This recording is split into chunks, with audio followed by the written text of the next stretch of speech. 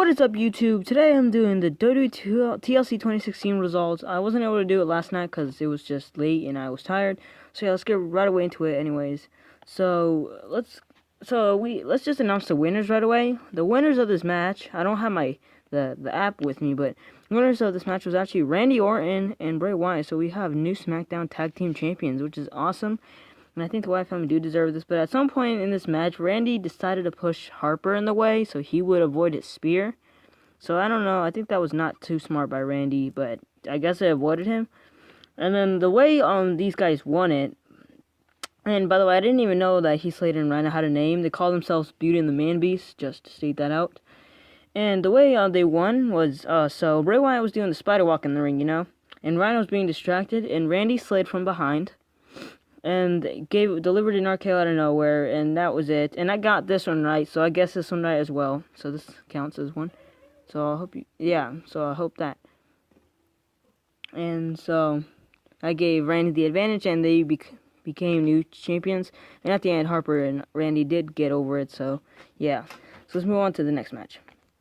So the next match was Carmella versus Nikki Bella in a no disqualification match. And right away, the winner is Nikki Bella.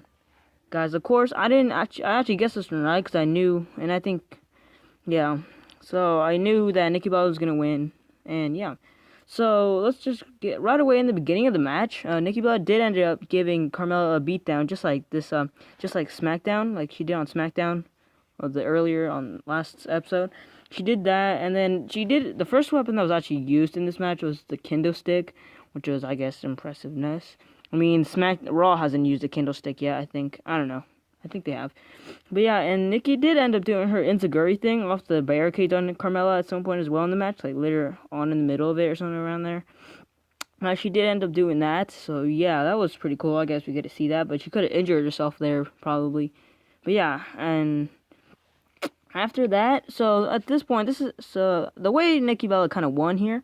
So she was like digging through under the ropes, guys. She was digging under the ring for a weapon, and Carmella was coming up to her and trying to get something. And so she came up to her, and Nikki Bella had the fire extinguisher and shot her in the face with foam, which shocked stunned Carmella, and this gave the advantage to Nikki Bella to come in the ring and shoot her more, and just used all the extinguisher, and then gave her a finisher and won. So that's the way Nikki won. And let's move on to the next one. Sorry, guys, if I'm going too quick. The next match was the ladder match with Ziggler and the Miz for the Intercontinental title.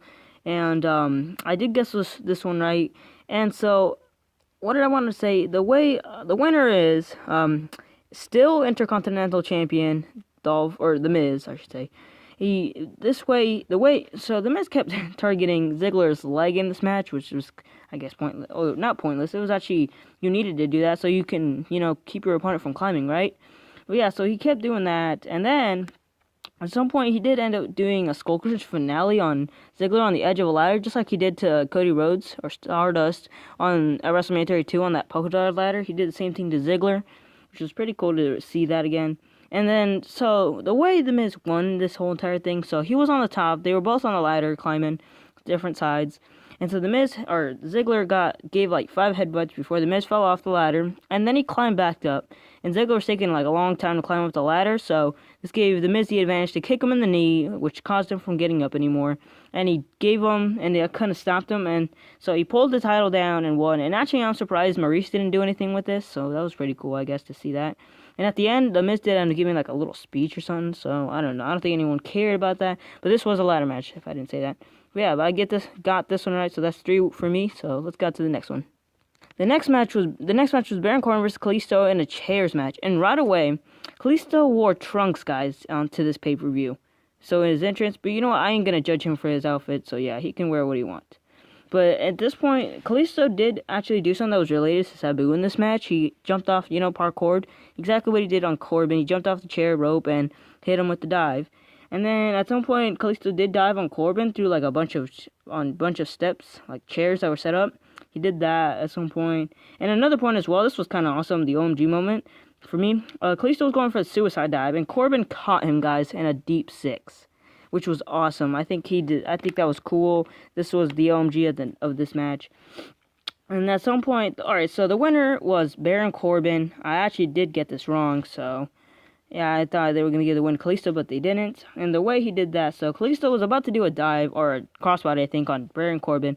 And Baron Corbin picked up a chair out of nowhere and threw it at Kalisto, which stunned him. And this gave Baron Corbin the advantage to do the deep six on a pile of chairs and pick up the win.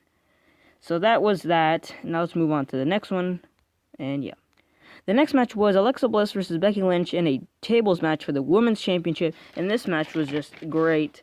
So right away, Alexa was on the apron, as I was watching the highlights. At some point, she was on the apron, and Becky was doing the signature thing, you know, that she does that kick and kicks him. But yeah, that's what she did, tried to put her through a table, you know. But then Alexa did like her, and then at some point, but she didn't obviously go through the table, because that would have been the worst match of the night. Probably worse than Kalisto versus Baron Corbin. But yeah, and at some point, Alexa did her like DDT finisher on on Becky Lynch on the table. That was like upside down when she could have had the other way and could have won right away, but I guess not. And so at some point, Becky, this is actually pretty clever. Becky put Alexa Bliss's arm through like a table leg and like did the disarmer, which is pretty cool. I actually thought I would never actually make that up, but that was pretty smart.